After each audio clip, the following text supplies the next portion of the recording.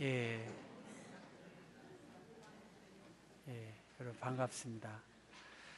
새로운 한 해를 맞이해서 특별히 믿는 사람들에게 바램, 소원이 있다면 많은 것도 있겠지만 한번 이 성경을 한번 읽어보는 거라고 생각해요. 올해는 내가 한번 성경을 읽어보겠다 하고 창세기부터 하고 굳은 마음을 가지고 결심을 가지고 창세기 잘 넘어가고요, 출애굽기 잘 넘어가다가 레위기에서 막히는 거예요. 이렇게 제사들도 많고 뭐 청색, 자색, 홍색 실로, 뭐 가늘게꼰 배실로, 뭐 몇 번을 둘려서 각을 떠서 굉장히 읽기에 난해한 부분이 레위기입니다. 그러면 또 신약 성경으로 넘어와서 내가 이번에 신약부터 읽어야 되겠다, 이렇게 굳게 말씀을 먹고 성경을 딱 읽는데, 오늘 사회자가 잘 읽어주셨는데 누가 누구를 낳고 누가 누구를 낳고 뭐 누가 누구를 낳고 낳는 이야기가 계속 반복이 되기 때문에 역시 성경은 나와 좀 거리가 먼 거야, 이건 안 읽어도 돼, 이렇게 자유한 마음을 가질 수가 있습니다. 왜 구약과 신약을 이어주는 마태복음, 그 다류의 역할을 하는 중요한 마태복음이 예수님의 족보의 이야기로 길게 이어질까? 그리고 왜 예수님의 족보에 기록된 많은 그 이름, 우리가 잘 모르는 사람은 그냥 모른다고 넘어갈 수 있겠지만 우리가 알고 있는 사람 중에 저 사람은 좀 예수님의 족보에 좀 빼줘도 될 텐데 하는 의문이 가는 사람들도 있습니다. 왜냐하면 예수님의 족보에는 이방 여인들의 이름도 있습니다. 그리고 그 중에는 기생도 있어요.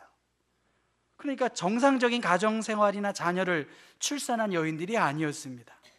왜 하필 삶의 흔적들이 평탄하지 아니한, 어떻게 보면 돌맞을 수도 있고 사람들에게 비난의 대상이 될 수 있는 여인들의 이름이 이렇게 많이 나왔을까? 다른 사람도 아닌 다윗 가문이었으니까 그럴듯할 만한 인물들이 많았을 것입니다. 그런데 그러한 사람들은 빠져 있는 사람들도 있고, 어떻게 보면 주목받지 않을 수도 있는, 그리고 지워버리고 싶은 그러한 삶의 흔적이 있는 여인들의 이름이 성경에는 나와 있습니다. 또 마태복음에는 아브라함, 다윗, 그러면서 예수 그리스도로 이어지고 있는데, 누가복음에는 예수님부터 거꾸로 올라가요. 예수님부터 시작해서 올라가서 아담, 그리고 더 근원을 하나님에게로 올라가서 찾습니다. 그런데 마태복음 1장 16절에는 마리아에게서 그리스도라 칭하는 예수가 태어났다, 그렇게 말합니다. 마리아에게서 메시아, 마리아에게서 하나님의 아들이 태어났다, 왕이 태어났다, 그렇게 이야기하고 있지만 누가복음에서는 저자 의사인 누가가 인간의 몸을 입고 오신 예수 그리스도, 인간의 죄를 대신 짊어지신 예수 그리스도, 인자로 오신 예수를 계속해서 언급하고 있습니다. 조금 달라요. 마태복음은 예수께서 구약과 선지자를 통해서 예언한 왕이 이 땅에 오셨다, 그리고 그 왕에 합당한 동방박사가 황금과 유향과 모략을 드린 것은 왕에 합당한 예물을 드린 그러한 의미로 이것이 구도되어졌다라고 볼 수가 있어요. 여러분, 예수님의 족보 이야기입니다, 오늘 성경. 근데 족보가, 혹시 여러분 족보 있으신가요? 있으세요, 여러분도? 예, 우리 장로님도 계시고. 주로 이씨가 족보가 많으시네요. 저희 집사람도 이씨입니다. 전주 이씨래요. 왕족이랍니다. 여러분, 근데 족보가 없다는 사람을 제가 한 사람도 못 봤어요. 혹시 여러분 족보가 없는 분 계신가요? 그러니까 이게 뭐예요? 족보는 다 있다고 그래요. 그런데 솔직히 더 깊숙이 들어가면 없는 사람도 있을 것 같아요. 제가 보니까 저 삼청동 저쪽은, 제가 들어보니까 저쪽은 고관들이 살았다고 이야기를 들었어요. 신교동까지는 저는 그런 건 아닌 것 같아요. 지금은 여기가 저기보다 훨씬 비교할 수 없겠지만 저 삼청동에는 사대부들이 살았다, 그렇게 맞습니까? 별로 부정하고 싶으신가요? 하여튼 그랬대요. 그러니까 족보가 없는 사람들은 없어요. 저도 족보가 있습니다. 제가 31대 손이래요. 근데 전에는 제 이름 나왔는데 제 아내와 아이들의 이름도 이제는 다음 세대가 이렇게 기록이 된 걸 제가 봤어요. 제가 뭐 우리 가문을 위해서 한 일이 없고, 또 저희 아이들이 그 한 일이 아무것도 없는데 저희 집안의 가문에 이름이 이렇게 등재되어 있더라고요. 근데 예수님의 족보에는 모든 세대와 세대를 잇는 사람들이 다 나와 있지 않아요. 그 중에서는 빠져 있는 사람들도 있고, 그 중에서는 이 사람 지웠으면 좋겠다 하는 사람들도 나왔다는 거예요. 지루하고 답답한 이름의 내용일지 모르지만, 만약에 우리 부모님들, 우리 뭐 고조할아버지, 증조할아버지의 이름이 나와 있다면 그 가문들은 얼마나 자긍심이 높았을까, 그런 생각을 합니다. 아무나 이 마태 기자가 이 이름을 기록하지는 않았을 거예요. 분명히 어떤 목적과 뜻이 있기 때문에 이 족보에 이름이 올려져 있는 것이죠. 많은 예언자들과 하나님의 자녀들이 오고 오는 세대를 통해서 하나님의 나라와 영광을 위해서 준비하고 헌신된 사람들, 예수님의 앞서서 주님의 길을 예비한 세례 요한과 같은 사람들, 그 사람들이 이름 없이 빛도 없이 섬기고 애썼던 흔적들이 이 예수님의 족보에 이름에 나와 있다는 거예요. 그들의 수고가 더 구체적으로 예수님이 어느 날 하늘에서 뿅 나타나신 분이 아니라 세대와 세대를 잇고 역사의 현장에서 애쓰고 수고하는 그 가운데에서 참 생명과 구원과 기쁨을 주시기 위해서 예수님이 이렇게 오셨음을 마태는 기록하고 있습니다. 다윗의 가문이면 왕족인데요, 로얄 패밀리 아닙니까?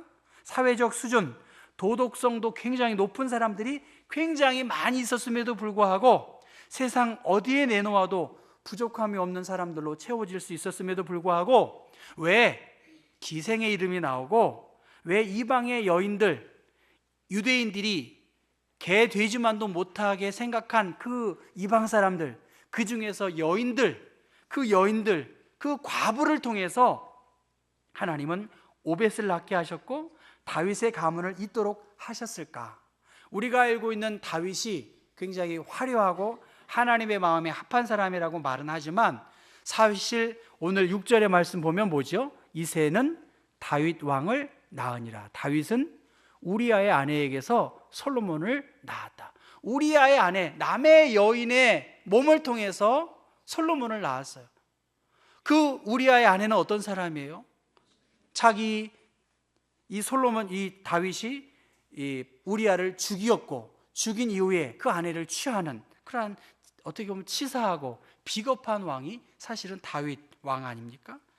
그 아내와 간음한 후에 남편을 의도적으로 살해한 다음에 아내를 맞은 다윗, 그가 예수님의 그 가계를 잇는 일에 큰 역할을 했다는 것입니다. 도덕적으로도 옳지 않고 세상적 기준으로 봐도 턱없이 부족한 그러한 사람임에도 불구하고 예수님의 계보, 예수님의 족보에 이 42세대가 기록이 되고 있습니다. 그런데 그들에게는 공통점이 있다면, 복음을 위하고 하나님의 나라와 하나님의 의를 위해서 생명도 바쳤고 체면도 뒤로 하고 하나님이 원하시는 일들을 위한 선한 일, 진정으로 하나님이 원하시는 일들이 무엇인지를 그들은 우선순위로 두었기 때문에 그 일에 하나님은 마태를 통해서 그들의 이름을 선별케 한 것입니다. 김균진 목사님께서 제게 여러 번 말씀하셨어요. 신학자들 중에서 순교자가 나오지 않았다. 성경을 많이 알고 신학 박사가 선교에 생명을 걸고 순교한 사람이 없다. 머리만 크면 뭐하냐? 가슴이 뜨겁고 열정을 주님께 헌신해야 되지 않겠느냐. 가문을 자랑하거나 자신의 출신만을 자랑하거나 뭐 어느 학교 나온 거, 그게 왜 이렇게 중요한가요? 사실은 그렇잖아요. 바울 선생이 똥처럼 생각했던 것들에 대해서 우리의 사회적 관심, 사회적 위치, 세상적 가문의 내력들, 이것을 자랑하고 이것을 우선순위로 생각하고 이것을 사람의 판단의 기준으로 삼고 있다면 살았다 하는 이름은 있지만 그건 살아있는 신앙의 모습이 아닙니다. 교회가 뭐 세상의 클럽이 아니잖아요. 소셜 클럽이 아니지 않습니까? 세상적 가치와 기준에 똑같이 이 교회에서 차별을 하고 어떤 사람을 더 높이고 뭐 어떤 사람에게 대해서 좌지우지 되어지는 그것은 주님의 교회가 아닌 것이죠. 교회에 가서까지도 이러한 일들에 서운하고 차별을 받으면 그런 교회에 누가 다니겠어요? 굳이 예수님께서 인정해 주시고 예수님께서 높여주신 사람, 그 사람들은 바로 낮은 자리에서 세상적 가치와 기준이 아니라 자기의 생각도 그의 나라와 그의 의를 위해서 포기하고 나아가는 것, 이것이 주 안에서 큰 자이고 이것이 주님의 계보를 잇는 하나님의 나라의 아주 선택된 아주 VIP 같은 사람들이 바로 그러한 사람이에요. 주님을 높이고 또 주님이 우리를 높여주는 사람은 세상적 가치 기준이 아니라 하나님의 나라에 우선을 두고 그리스도가 우리 가운데 존귀하게 드러나는 것, 사람이 돋보이는 것이 아니라 그리스도가 정말 나의 삶과 이 일을 통해서 높임을 받는 일이라면 얼마나 좋겠냐는 거예요. 저는 오늘 넘겨줄래요? 제가 어머니입니다 하면서 예수님께서 지신 그 십자가를 이 교회라고 하는 울타리, 그 엄브렐라 안에서 우리가 행복하고 기뻐하는 삶을 살아야 되겠다, 그렇게 생각을 하고 있는데요. 오늘 제가 하려고 하는 건 딱 한 가지예요. 이 1장 1절부터 17절의 말씀 중에서 저는 17절의 말씀을 다시 한번 여러분 보겠어요? 같이 한번 읽어보겠습니다. 그런즉 모든 대수가 아브라함부터 다윗까지 14대요 다윗부터 바벨론으로 사로잡혀 갈 때까지 14대요 바벨론으로 사로잡혀 간 후부터 그리스도까지 14대더라. 예수님께서 지금 14대 14 제너레이션스를 계속 이렇게 이야기하고 있거든요. 그러니까 아브라함부터 다윗까지 몇 대예요? 14대. 그리고 바벨론에서 그리고 다윗부터 바벨론까지가 14대고 바벨론으로 잡혀간 후 그리스도까지 14대예요. 14라는 말을 여러분 기억하시면 좋겠어요. 주의 깊게 세어보면 이 14라는 14대요, 14대요, 14대요라는 말이 아브라함부터 다윗까지는 몇 대일까요?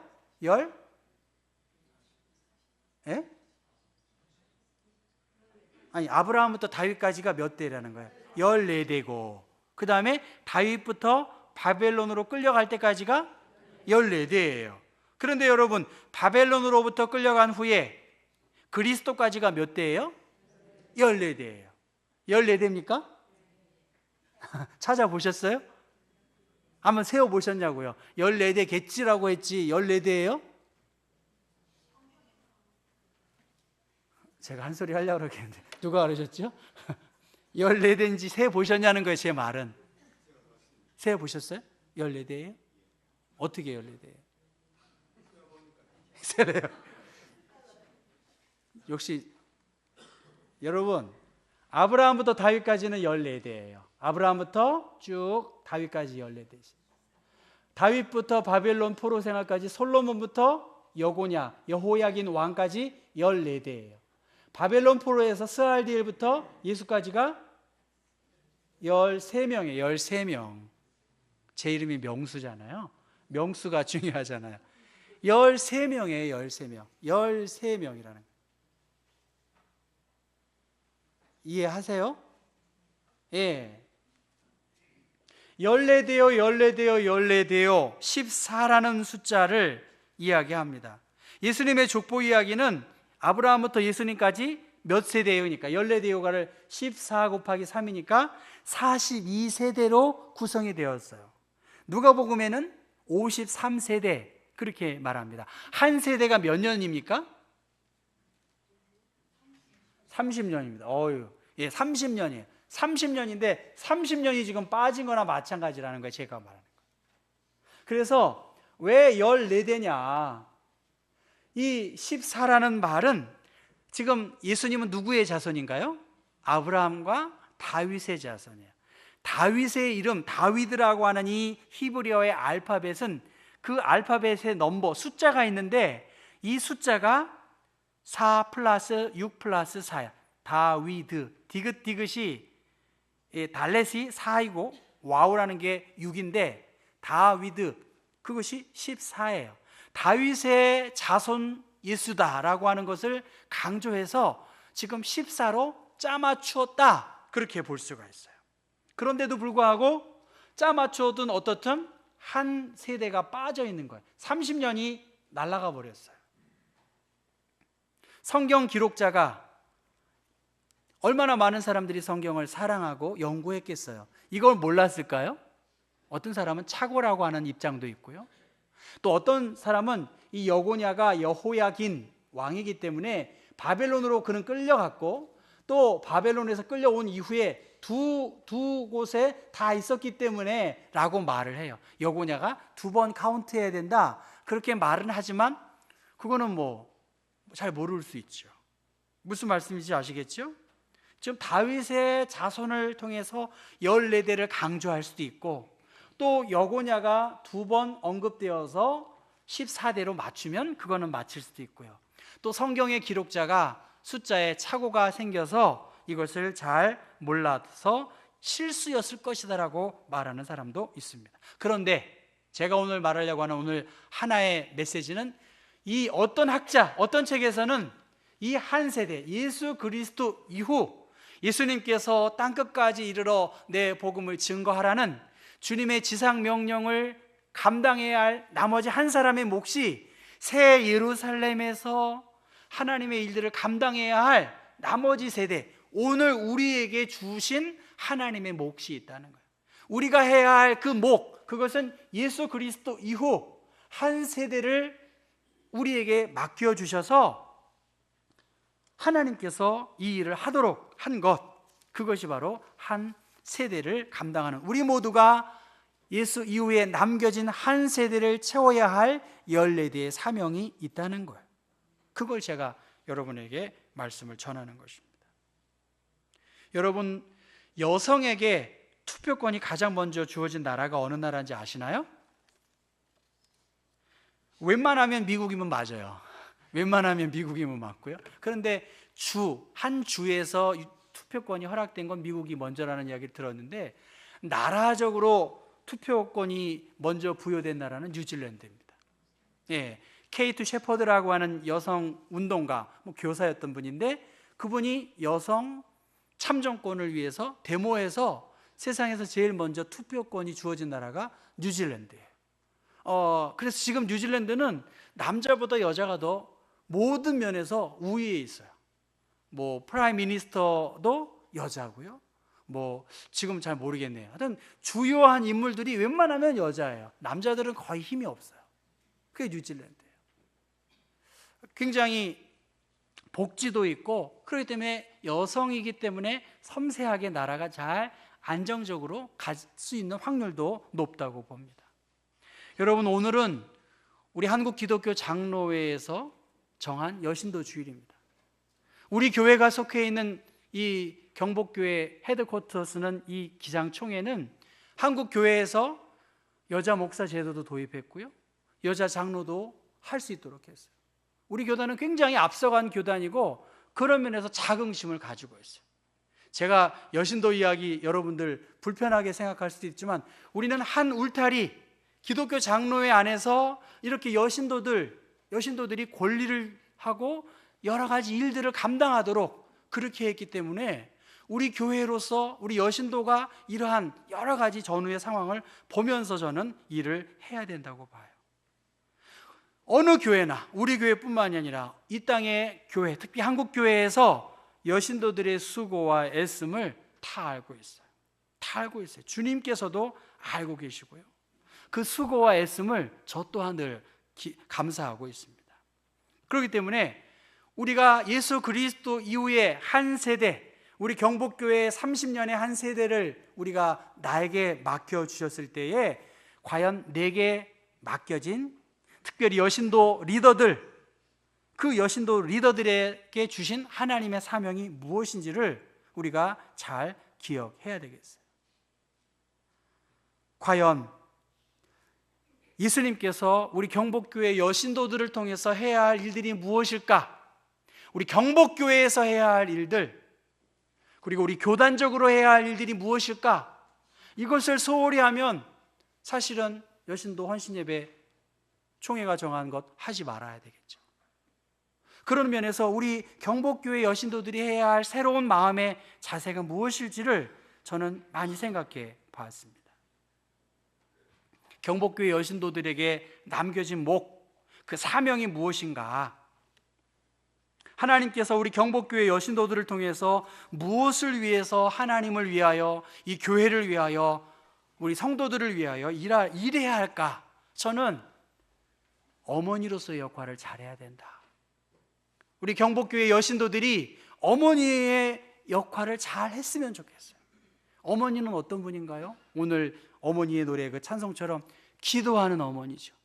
경복교회가 여신도들이 정말로 기도하는 거예요. 선한 마음과 선한 목적을 가지고 기도에 힘써야 되겠죠. 어머니는 어떤 사람일까요? 여러분의 어머니, 우리가 기억하는 어머니 뭘까요? 음식을 맛있게 해주는 게 어머니의 역할이라고 봐요. 전 사실 지난번에 식사 문제를 보고 참 마음이 무거웠어요. 아니, 일주일에 한 번 모이는데 밥을 여신도회가 하기가 어렵다니, 이게 도대체 무슨 말인가? 저 사실 무거웠어요, 마음이. 밥 한 끼 따뜻하게 어른들 또 어린이들 대접할 수가 없다면 우리 여신도는 살아있는가? 그런 생각을 제가 많이 했어요. 자녀들을 위한 뒷바라지 중에 가장 중요한 건 먹는 문제예요. 기도하는 거, 또 밥을 잘 먹여주는 거, 그런 거 아니겠습니까? 가정의 화목은 누가 더 역할을 하나요? 아버지가 잘못해도 엄마가 자식들과 잘 도닥여서 이 교회 가정이 화목하게 하는 일들에 전 중요한 역할을 어머니가 한다고 봐요. 경복교회가 평화하지 못한 것 반은 여자의 책임이고 반은 남자의 책임이에요. 우리 모두의 책임이라는 거죠. 교회가 화목한 일들을 위해 내가 따뜻한 어머니의 역할을 감당해야 되는 것, 그것이죠. 어머니의 역할을 잘해야지 어머니의 역할 반대편에 있는 그 어머니 앞에 있는 시로 써있는 그 시어머니 역할을 하고 있으면 안 되겠죠. 예, 교회가 따뜻하고 사랑이 가득한 그러한 공동체가 되도록 힘을 다해야 된다. 목사가 대외 활동을 막 앞서 있고 신방을 소홀히 하고 목회를 소홀히 하면 여러분 저보고 좋아하시겠어요? 안 좋아하죠. 목사인 저 또한 우리 여신도들에게 마찬가지예요. 여신도들이 자꾸만 밖으로 나가 있고 대외적으로 활동을 하는 것, 저는 별로 안 좋게 생각해요. 그것은 우리 기독교 장로회 여신도 연합회 하는 일을 하는 사람들도 마찬가지고 우리 교회 여신도 활동도 마찬가지예요. 집안일을 소홀히 하는 사람들, 교회가 우선적으로 해야 할 일들을 돌보는 일들, 그걸 소홀히 여기면 안 되겠죠.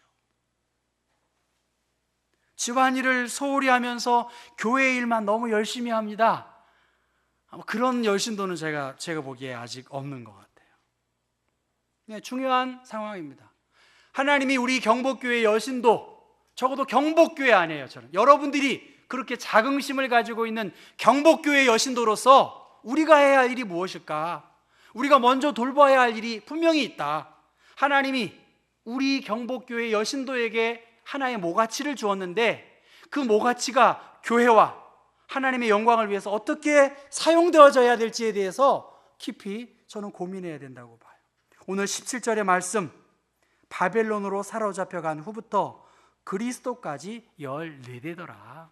하나님이 그 여신도뿐만이 아니라 남신도들, 청년들 다 포함되어 있습니다. 우리 중고등 학생들 마찬가지입니다. 세상 사람들은 작지만 내실 있게, 규모 있게 행복을 넓혀가고 있는데 과연 우리는 이 교회 안에서 주님의 기쁨과 행복을 소소하게 나누고 있냐는 것입니다. 우리 경복교회는 골목길에 위치해 있어요. 여러분, 제가 와서 보니까 그 이후에 막힌 길이라고 써 있잖아요. 우리 경복교회는 막힌 길이 있어요. 그래서 입간판을 저희가 만들었는데 인왕산 산자락 막힌 길에서 만나는 경복교회. 우리는 막혀 있는 곳에서 이렇게 만나 있어요. 어떻게 고립되어 있는 위치에 있는 것도 사실입니다. 그런데 이 골목이라고 하는 말의 사전적 의미를 보면 큰 길에서 들어가 동네 안을 이리저리 통하는 좁은 길, 그게 골목길이라는 거예요. 동네 안을 이리저리 통할 수 있는 길이 골목길이라고 했고요. 건축가인 천혜영이라는 분은 골목을 골짜기 같은 통로가 꺾이는 지점으로 이해했다고 합니다. 꺾여가며 연결된 길이 골목길이라는 거예요. 건축가인 김영섭이라는 분은 골목은 마을의 입구를 의미하기 때문에 마을의 입구에서 시작되는 동네 안의 길이라는 거예요. 경복교회가 우리 안에 우리끼리만의 도성을 쌓으면 안 되겠죠. 왜냐하면 그 안에 들어가 보면 또 새로운 길이 있다는 것입니다. 그래서 미국의 도시 비평가인 제인이라고 하는 사람은 공동체 문화와 소상공인 산업을 발전시키는 중요한 요인을 이 골목길에서 주목했다고 합니다. 주거지역과 상업지역이 뒤섞여 있으면서도 그것이 함께 어우러지는 거예요. 그래서 거리는 짧고 촘촘하게 이어져 있고 낡은 건물과 신축 건물이 조화롭게 어우러져 있는 그 골목에는 다양한 부류의 사람들이 존재한다는 거예요. 저는 우리 경복교회 여신도회 활동도 다양했으면 좋겠어요. 우리 기독교 장로회를 전 도와야 된다고 봐요. 우리 자식들이 있는데, 우리 가족들이 있는데 전 도와야 된다고 봐요. 우리 교단을 돕기만 하자는 것이 아니라 다른 사람들도 도와야죠. 다양하게 각 신도회들이 도와야 돼요. 누구를 위한 것인가? 주님의 교회를 위한 그러한 길입니다. 개성 있고 창의적인 소상공인이 그 모인 거리가, 그러한 거리만이 매력적인 골목 문화를 생산한다라고 말합니다. 경복교회 여신도들이 이 골목으로 들어와서 서로 통화하고 이어주는 역할을 해야 되지 않겠어요? 내 마음에 맞는 사람만 연결하고 통로가 할 것이 아니라 이 골목길에서 작은 기쁨을 함께 나누면 여러분, 이 경복교회로 사람들이 올 수가 있어요. 골목길이 제 말이 아니라 골목론, 골목길 자본론의 그 책에 나와 있는 내용이에요. 예, 여신도회가 이 골목길 서로 소통해주고 이어주는 이 우산 안에서 어머니와 같은 따뜻한 마음을 가지고 그리스도의 사랑을 가지고 그리스도께서 주신 마음을 가지고 평화를 위해서 일해야 할 그러한 귀한 사명이 있어요. 다른 일은 좀 뒤로 안 해도 돼요. 그거 안 한다고 해서 문 닫을 교회가 아니에요, 여러분.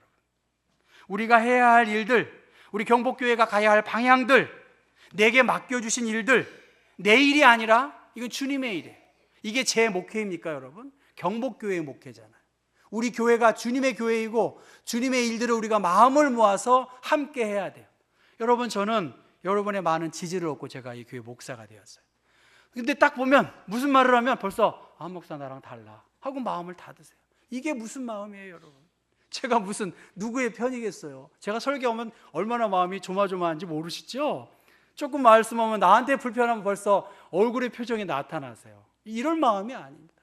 주님이 기뻐하실 일들, 특별히 어머니의 마음을 품고 우리 경복교회가 골목길이 잘 활성화되고 하면 상업이 사람들이 몰려드는 거예요. 서촌의 사람들이 뜨고 있대지 않습니까? 개인적으로 재산권의 침해를 받는 교우들도 계시고 있지만 바로 그것입니다. 주님의 일이 먼저예요. 내 생각, 내 경험, 내 지식 조금씩 내려놔야 돼요.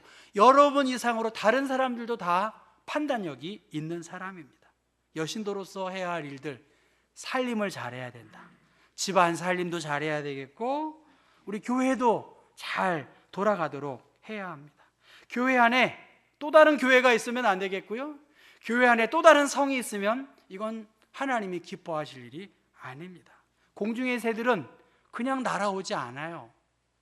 공중의 새들은 분명히 안식과 쉼을 얻기를 원하는데 특별히 어머니 같은 마음을 가지고 있었으면 좋겠어요. 여러분 공감하시나요? 네, 우리 남자들도 마찬가지고 아비의 심정을 가지고 돌아보면 못할 게 뭐가 있겠습니까? 특별히 어머니의 심정을 가지고 우리가 하나님 믿고 우리가 복 받자고 이야기하는 것이지 다른 사람들을 가르치고 나를 따르라고 따를 사람 없습니다, 여러분. 우리 모두가 시간의 문제이지만 언젠간 이 30년의 세대, 우리 인생의 가장 절정기를 뒤로하고 이제 역사의 뒤안길로 사라질 수 있는 존재들입니다. 여신도를 이끄는 분들, 그 남신도들도 마찬가지겠죠. 이러한 순례의 여정 속에서 정말 2019년 주님을 정말로 아는 사람은 먼저 스스로에게 평강이 있고 이 평화를 저는 끼칠 수 있는 사람들이라고 확신합니다. 우리 교회가 그리스도가 영광을 받고 그리스도가 높임을 받아야 돼요. 일 조금 줄여도 돼요. 그거 안 한다고 해서 죽고 살고 하는 문제가 아니에요. 평화를 위해서 일해야 되겠고, 교회가 정말로 따뜻한 마음을 가지고 함께 이 골목에서 작은 그리스도의 사랑을 나눈다고 하면, 야, 나도 한번 그 교회 가고 싶다. 다른 사람들도 이렇게 오고 싶지, 냉랭한데 마음이 다른 곳에 있고 자기의 일만 앞세운다고 한다면 주님이 기뻐하시지 않을 것입니다. 우리 교회에 정말 우리 여신도로 인해서 교회가 좀 더 따뜻했으면 좋겠어요. 믿습니까, 여러분? 우리 남신도들로 인해서도 좀 따뜻하고, 성가대로 인해서도 좀 따뜻하고, 뭐 기쁨이라는 찬양을 부르는데 제가 보기에는 전혀 기쁨이 표현이 안 되는 것 같아요. 제가 저렇게 예쁜 옷을 입고 계신데 말은 기쁨인데 안 기쁨인 것 같아요. 그러면 안 되겠죠. 따뜻한 어머니들, 여러분, 저는 특별한 목적 없습니다.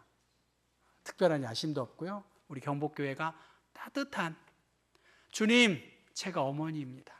주님, 제 마음에 예수의 사랑이 좀 가득하게 해서 안아주고 보듬어주고 손잡아주고 그 울타리에서 비온 사람들 좀 이렇게 같이 할 수 있는, 평화의 불쏘시개, 은혜와 위로를 함께 나눌 수 있는, 그래서 우리 경복교회가 우리 여신도로 인해서 큰 기쁨의 한 해가 될 수 있기를 주님의 이름으로 축원합니다. 기도합니다. 거룩하신 주님, 하나님께서 오늘 마태복음을 통해서 낳고 많은 사람들을 낳았지만 주님 이후에 한 세대의 사명을 우리에게 맡겨 주셨습니다. 예수 그리스도께서 우리에게 남겨놓으신 사명, 기도하는 사명, 평화를 끼치는 사명, 또 막힌 담을 연결해주고 관계를 이어주는 여신도의 역할을 잘 감당할 수 있도록, 우리가 모든 것 다 할 수 없지만 이것 하나만큼은 평화를 끼치고 연결해주고 이어주는 피스메이커의 역할을 잘 감당할 수 있는, 그래서 우리 경복교회가 여신도로 인해서 더 따뜻해지고 더 새들이 날아와 깃들일 수 있는 행복한 주님의 동산 되게 도와주옵소서. 이름 없이 빛도 없이 수고하고 애쓰는 사람 많이 있습니다. 이제는 주님 앞에 더 서게 하시고 우리가 한 마음 가지고 한 목적을 향해 나아가도록 주님 도와주옵소서. 예수 그리스도의 이름 받들어 기도했습니다.